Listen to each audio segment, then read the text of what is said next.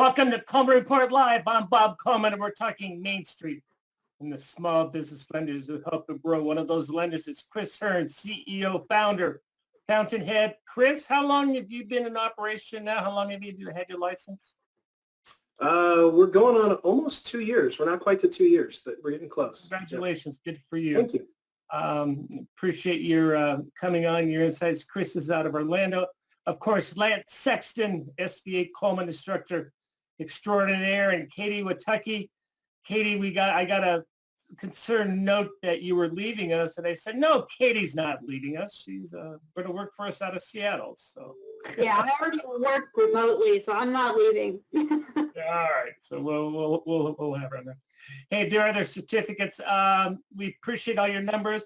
Let's start with the poll questions. Have you submitted your July 1502 reports? Lance, why do we care about this?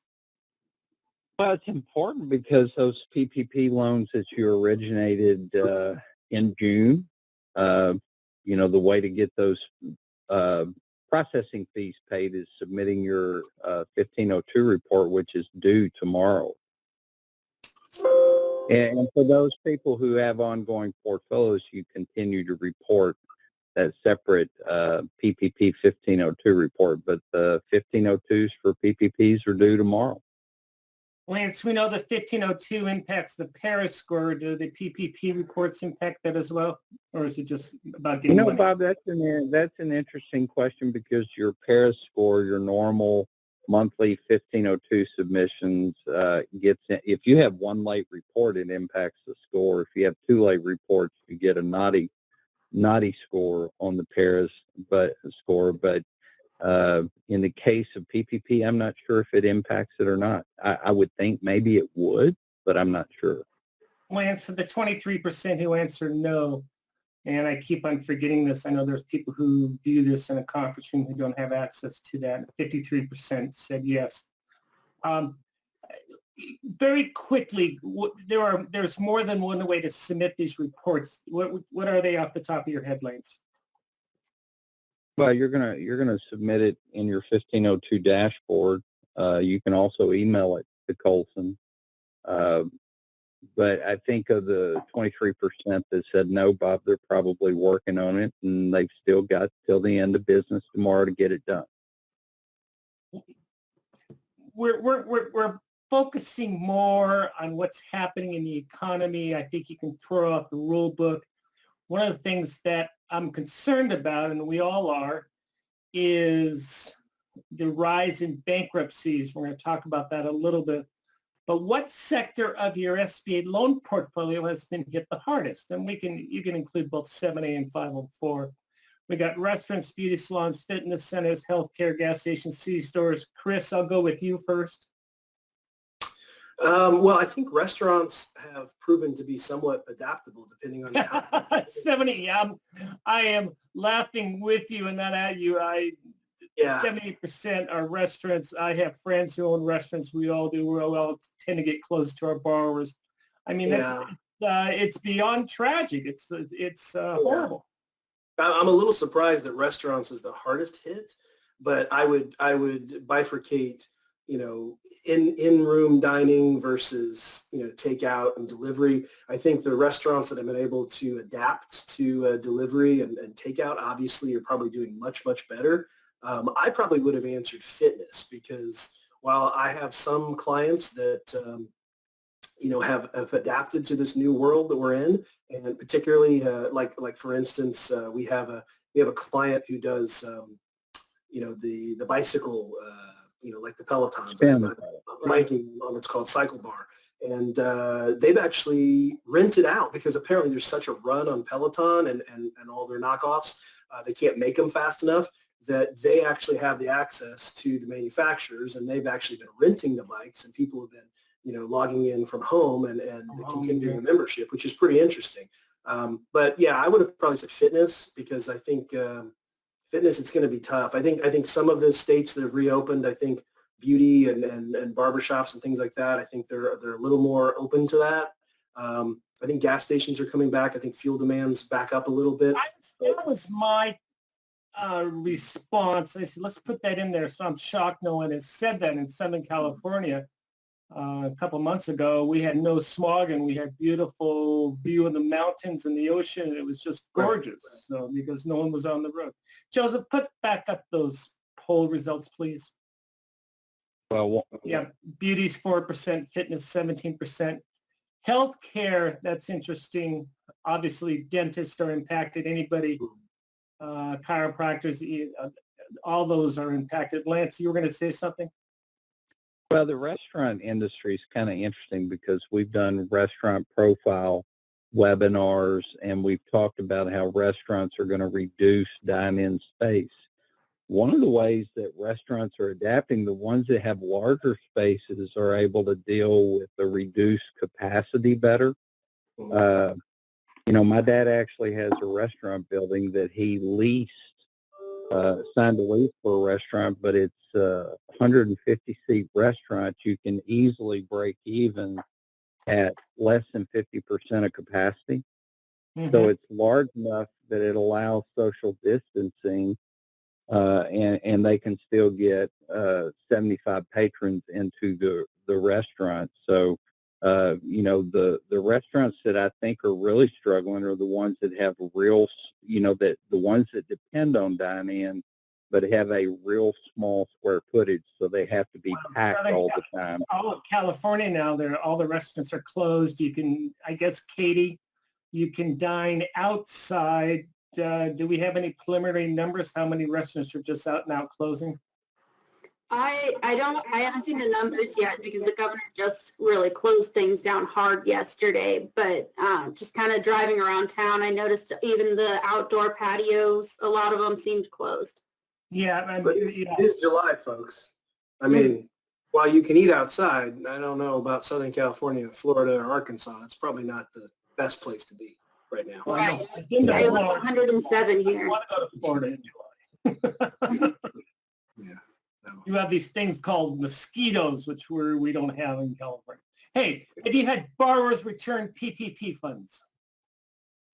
Why am I Bob, asking? I'm going to venture to say, Bob, that this is probably going to be 100%. Katie, why do we? I could be wrong. Well, the numbers kind of keep fluctuating, and in fact, we keep kind of seeing it bump up just a little bit over the weeks. And I think last I saw we're at 131 billion, which is about where we were last week, maybe a difference of about 1 billion. Chris, what is your experience? Yeah, we've probably had, I bet we've had 1.5 to 2 dozen borrowers return PPP funds. But tell me why? Why was it returned? I think there's some concern about forgiveness and whether they're going to qualify. I think that's probably the biggest thing.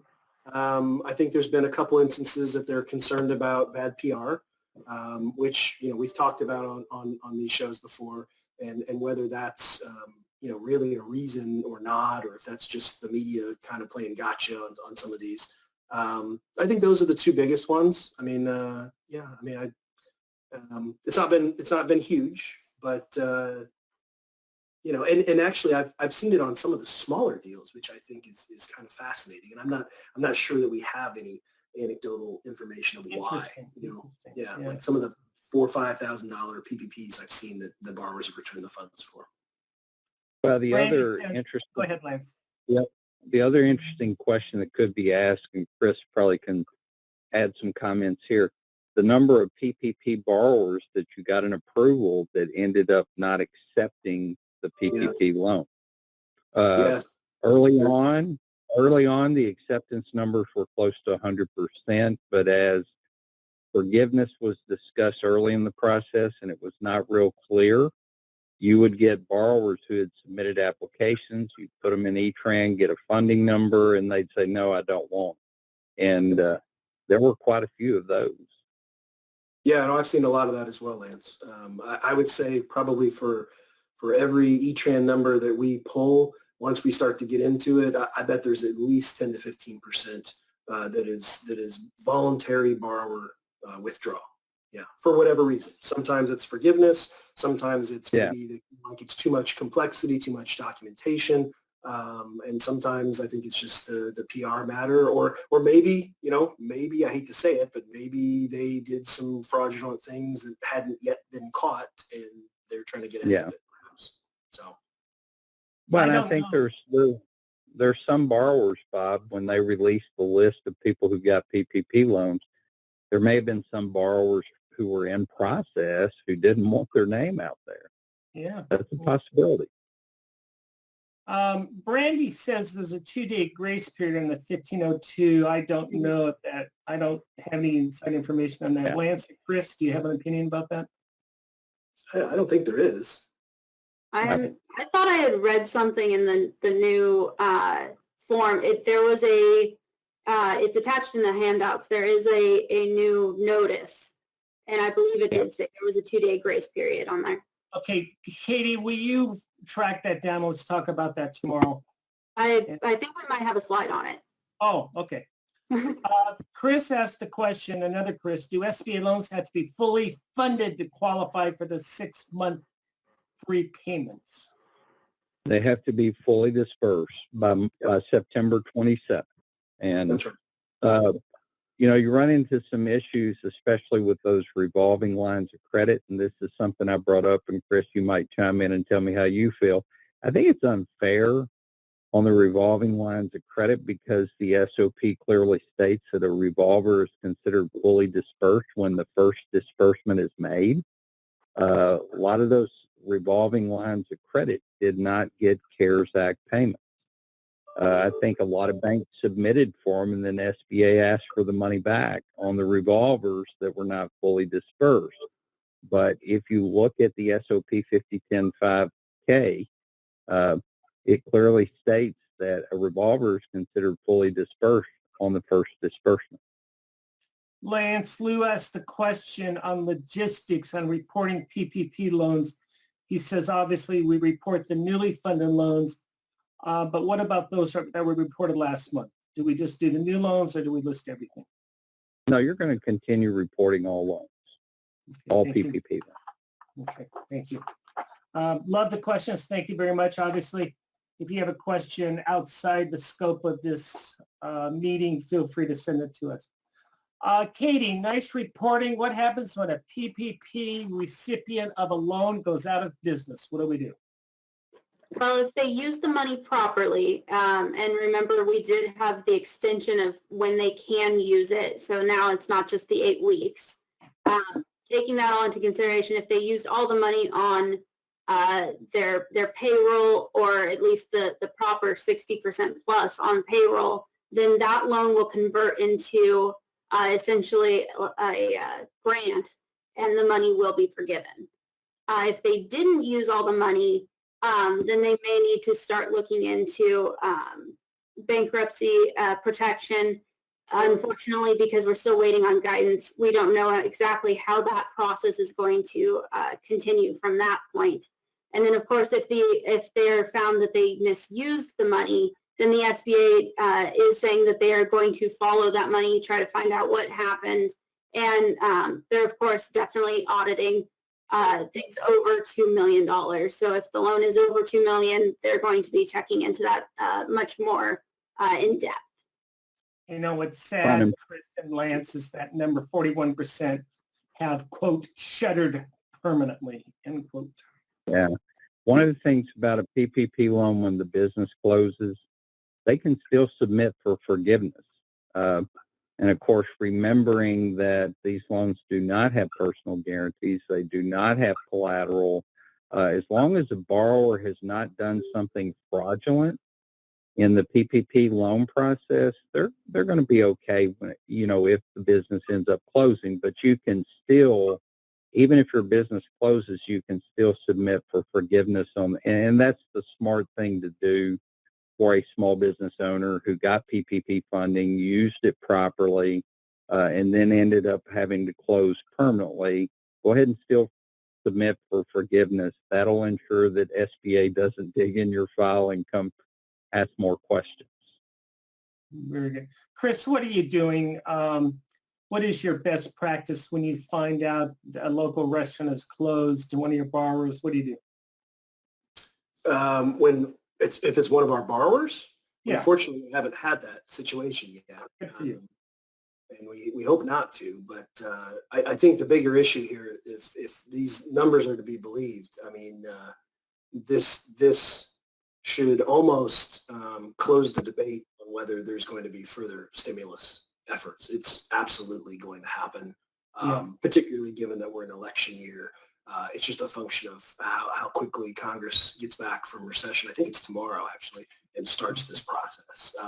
We have a couple of questions on PPP4, more stimulus. I'm going to hold off on those until we have more definitive facts to support, to determine what's going to happen. But Chris, I agree with you. That was not a one-off or a two-off. No, I think it's sad, and it also indicates there's still sometimes there's the culture we live in. Some people still think that just because you own a business, you must be just rolling in the dough, and the reality is a lot of business owners, as we all know, are the equivalent of paycheck to paycheck as if they were employees. Yeah. These figures show that, demonstrate that, shockingly.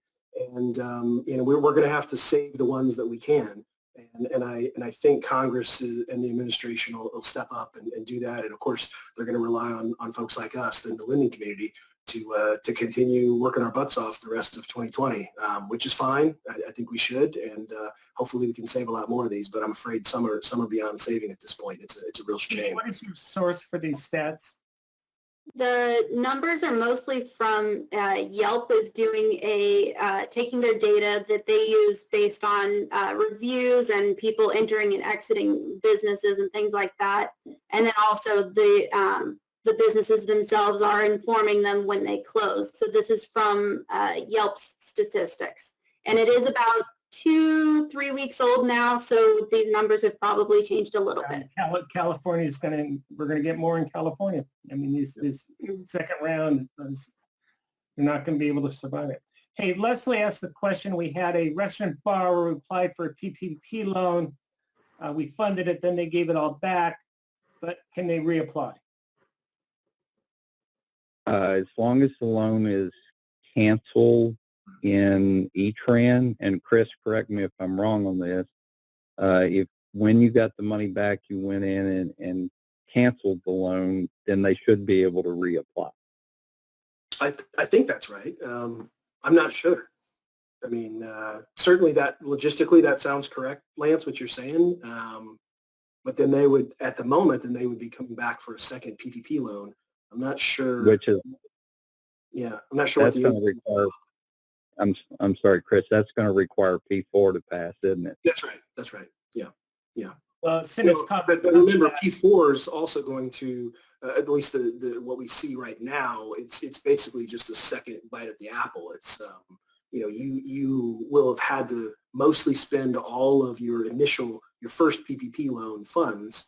Obviously demonstrate that you've been so negatively impacted, demonstrate that you have the certain employee account, and then you'll be able to get the second one. So I think if you gave it back though, Lance, I'm not sure that the agencies actually told us what would happen in that situation. I'm not sure either, Chris. I think the only way it's logistically might work is if you cancel a loan in E-Tran. Yeah, right. But if you funded the loan, it may be difficult to cancel the loan. I mean, you can mark it paid in full. Yeah, I guess. So I'm not sure what the right response is there. One of the responses is to attempt to cancel the loan in E-Tran and then try it, but that may not work. It may require P4 to pass so they can get what Chris said was a second bite. Couple comments. The 2-day grace period. Go to the next slide, Joseph. The 2-day grace period is for July only. I have no idea what the backstory is on that. David asked, any word on how PPP loan forgiveness will be uploaded? The answer is no. Lance and I went on record that would be done by June 30th. Lance, we're only off by at least 2 weeks. Yeah, we're 2 weeks off. Maybe we should adjust our response, Bob. I just felt like with Congress going on recess, that we would get something before they went on recess. You and I by end of the quarter, but David, we're waiting on pins and needles. We're waiting for that to happen. Hey, Corey, Haven't you guys know? Haven't you learned that this is PPP time? You can't. You shouldn't gamble. Last night we're on a roll though, Chris. We nailed like 4 or 5 predictions in a row. I think I would have taken the over on that one. Okay. Yeah, we did good. Good thing we didn't have money on it, Bob. Yeah, it's a good thing. Yeah, I'll let it all run. Hey, Corey asked a question, Lance. I'm going to let you answer this. You should have answered. You may have answered this, but I missed it. Do you think we should report undispersed PPP loans like we do undispersed 7A loans on the 1502? On the PPP 1502, an undispersed loan? We have a couple that were approved this week, but we haven't funded them yet. Chris, what would you do in that circumstance? I don't think I would. I mean, I think in order to get your processing fee, I think one of the IFRs, 20-some, it's got to be dispersed. It has to be fully dispersed, yeah. So I don't think I'd put that on, yeah.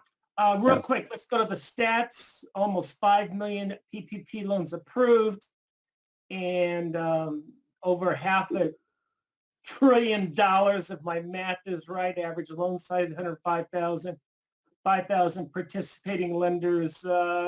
Chris, comment. It's staggering, right? The numbers. I mean, look too long at it, and you might get analysis paralysis. I mean, it's a lot. Over $500 billion. It's just it's mind-boggling. I think if any of us would have thought about this 5 months ago, I don't think any of us could have imagined anything close to this. Let's see. Paul just made a comment. If you cancel on E-Trade, you can apply again. We had that. So okay. Russell said the same thing. We had a PPP applicant who been approved and canceled, and then they did the loan. So Stephanie says COSA says not to send PP loans monthly yet, so technically only one report needs to be submitted.